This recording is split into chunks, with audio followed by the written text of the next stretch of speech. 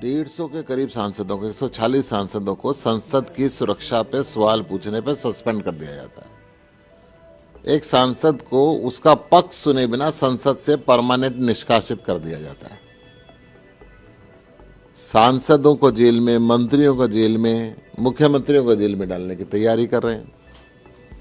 इस देश के अंदर अघोषित इमरजेंसी लगी हुई है। ईडी और सीबीआई का दुरुपयोग किया जा रहा है, संवैधानिक संस्थाओं का दुरुपयोग किया जा रहा है। तो इस लोकतंत्र को बचाने के लिए टीम इंडिया का गठन हुआ। टीम इंडिया अब सीट शेयरिंग के ऊपर बात कर रही है। लोकसभा का चुनाव नज़दीक आ रहा है, आज भी मीटिंग चल रही है। मीटिंगों का दौर लगातार पूरे देश के अंदर ये चल रहा है और मैं समझता हूँ कि इसका एक बेहतरीन रिजल्ट निकलेगा।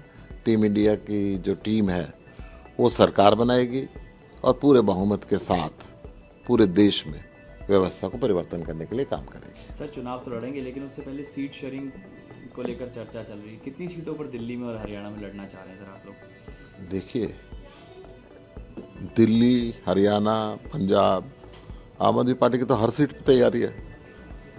परंतु जब गठबंधन होता है तो कुछ लेना पड़ता है, कुछ छोड़ना पड़ता है।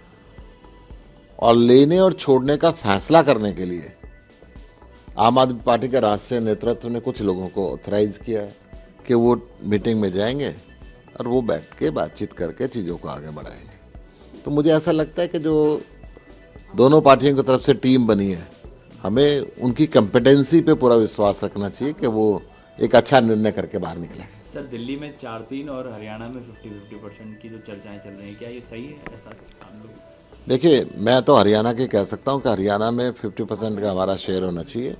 दिल्ली में 3 बार से लगातार हमारी सरकार बन रही है। दिल्ली के अंदर हमारी सीटें निस्संदेह तौर पर ज़्यादा होनी चाहिए। पंजाब में भारी बहुमत से हमारी सरकार बनी है, ज़्यादा सीटें होनी चाहिए। बाकी फैसला राष्ट्रीय नेतृत्व का है। सर, इसके अलावा सवाल ये है कि राम मंदिर का उद्घाटन होने वाला है। इससे पहले कई सारे जो अपोजिशन के लीडर्स हैं वो अलग अलग तरीके के बयान दे रहे हैं।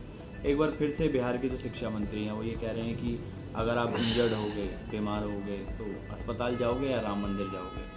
तो ये लोगों की भावनाओं का सवाल है। अस्पताल भी चाहिए और मंदिर भी चाहिए। मैं तो अपने घर से हर रोज़ पूजा करके बाहर निकलता हूँ। हर रोज़ भगवान राम के चरणों के अंदर शीश नवाज के बाहर निकलता हूँ। ये किसी का कॉपीराइट नहीं है। ये हिंदुस्तान के आम जनता, गरीब से गरीब, अमीर से अमीर, चाहे वो आम आदमी पार्टी का हो, चाहे वो बीजेपी का हो, चाहे वो कांग्रेस का हो, चाहे वो कम्युनिस्ट हो, हर व्यक्ति का अपना अपने धर्म के अंदर अपना अपना विश्वास है। राम मंदिर बहुत पहले बन जाना चाहिए था। सर, इसके अलावा सवाल ये है कि बंगाल की खाड़ी से तेल का प्रोडक्शन शुरू हो गया है। बहुत बड़ी कामयाबी के तौर पर हिंदुस्तान इसे देख रहा है। मेरी शुभकामनाएं हैं देश के लिए, देश के निवासियों के लिए, कि हमारे तेल की आपूर्ति में हम स्वावलंब हों, हम किसी और देश के ऊपर निर्भर ना रहें। हमारे यहाँ से हमारे अपने खनिज पैदा हों और उनका हम इस्तेमाल करें। सर, एक सवाल ये भी है कि लक्षद्वीप में जिस तरह से प्रधानमंत्री जी गए वहाँ बीच पर, उसकी वीडियोस वगैरह सोशल मीडिया पर आई। उसके बाद मालदीव्स के कई सारे मिनिस्टर हैं जिन्होंने बयान दिया। 3 मंत्रियों को सस्पेंड कर दिया गया है। बीजेपी वाले कह रहे हैं कि ये भारत की ताकत है। ये बात सही है कि किसी भी देश के राष्ट्राध्यक्ष के लिए शायद दूसरे देश वालों को नहीं बोलना चाहिए। चाहे वो गलत करें, सही करें, अपने देश के लोग जो मर्जी बोलें। अगर विदेशी हमारे देश के राष्ट्रपति के खिलाफ, प्रधानमंत्री के खिलाफ, किसी मुख्यमंत्री के खिलाफ बोलते हैं तो हम अपने देश के साथ खड़े हैं। अमर उजाला अब आपके टीवी पर भी। अपने स्मार्ट टीवी पर YouTube पर सर्च करें अमर उजाला, चैनल सब्सक्राइब करें और देखें ताज़ा खबरें, वो भी HD क्वालिटी में। और हाँ, बेल आइकन दबाना ना भूलें ताकि हर खबर हो आपके घर।